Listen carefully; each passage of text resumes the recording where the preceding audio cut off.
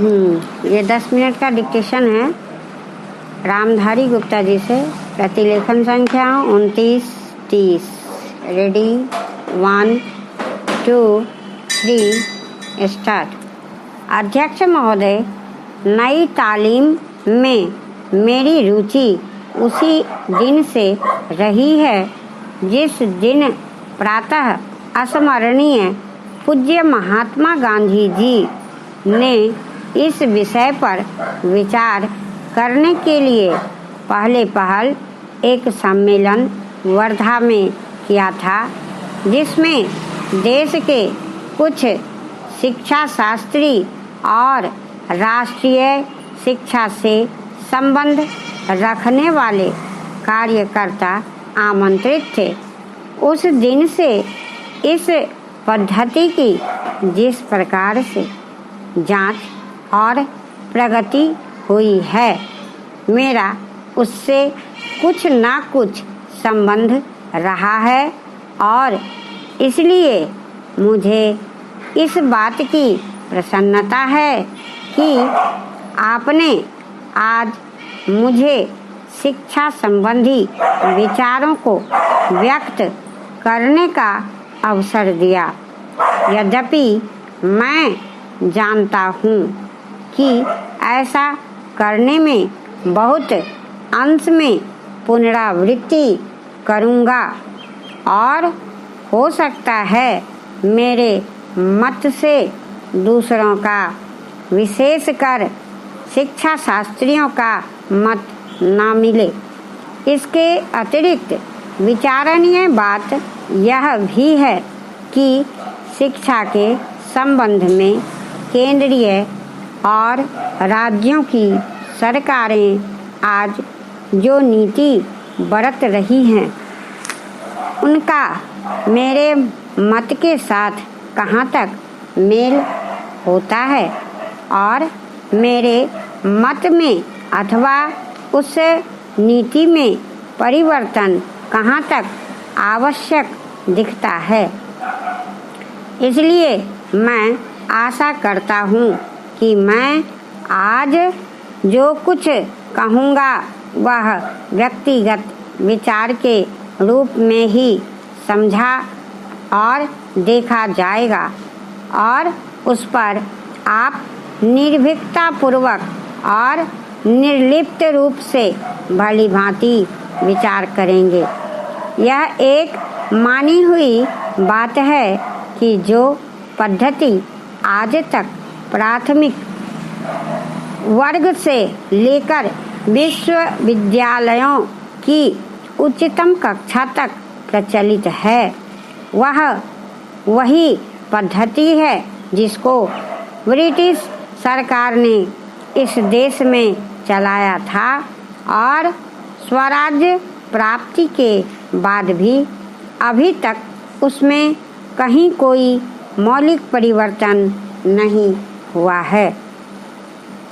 उसके लिए हम किसी को भी नहीं दोषी ठहरा सकते, क्योंकि जिस प्रकार शांतिपूर्वक हमें स्वराज्य प्राप्त हुआ, उसमें यह अनिवार्य था कि स्वराज्य के साथ साथ वह शासन पद्धति, शिक्षा पद्धति तथा सारा उपक्रम जो अंग्रेजी राज्य में प्रचलित था, उस परिस्थिति के प्रकाश में विचार करें और जो कुछ परिवर्तन अनावश्यक जचे उसे अमल में लाएं। इसमें संदेह नहीं कि अंग्रेजों ने जो शिक्षा पद्धति आरंभ की, वह विशेषकर अपने राज को आसानी से और सुविधा के साथ चलने के लिए जारी की थी।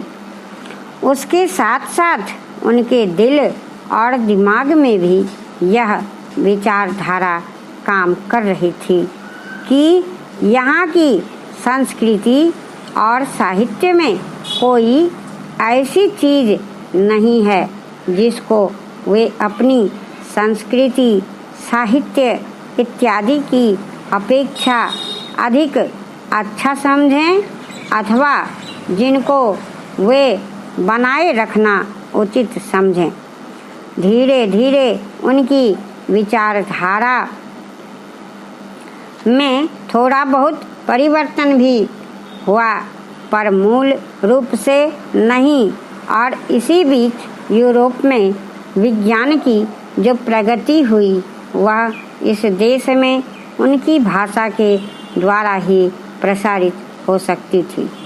इन सब का परिणाम यह हुआ कि शासन की सुविधा और अपनी भाषा तथा संस्कृति के प्रति श्रद्धा के कारण उन्होंने इस पद्धति को जारी रखा और इसको अधिकाधिक प्रोत्साहन दिया गया। इसमें कोई संदेह नहीं कि हमारी कई पीढ़ियों ने जो शिक्षा पाई इसी पद्धति से पाई। अध्यक्ष महोदय, कुछ लोगों का विचार है कि हमारी अपनी भाषा ही ऐसी भाषा हो सकती है जो केवल शिक्षालयों के लिए ही नहीं बल्कि प्रत्येक व्यक्ति के लिए शिक्षा का माध्यम बन सकती है। और जब तक उसको माध्यम बनाने की ओर ध्यान नहीं दिया जाएगा तब तक शिक्षा इने गिने लोगों की ही वस्तु रहेगी और जन समूह के जीवन तक नहीं पहुंच सकेगी। दूसरी विचारधारा यह है कि आज के विज्ञान युग में हम इस देश को यूरोपीय विचारधारा से अलग नहीं रख सकते और न इसका अलग रहना वांछनीय है और इसलिए कम से कम उच्च शिक्षा अंग्रेजी के माध्यम द्वारा ही दी जानी चाहिए। यदि ऐसा नहीं किया जाएगा तो हम जीवन की दौड़ में और देशों की तुलना में पीछे रह जाएंगे और प्रगति नहीं कर सकेंगे। यह बात केवल शिक्षा के माध्यम के संबंध में ही नहीं बल्कि करके देखा जाए तो बहुत गहरी है और सारी पद्धति के संबंध में है। इससे स्पष्ट हो जाता है कि देश में शिक्षा प्राप्त करने की इच्छा बहुत अधिक है जो अब शहरों तक ही सीमित न रहकर ग्रामीण जनता में भी दिख रही है। पर उनका एक फल यह भी देखने में आ रहा है कि इतने लोग इन संस्थाओं से उत्तीर्ण होकर अपने को एक प्रकार से बेकार पा रहे हैं।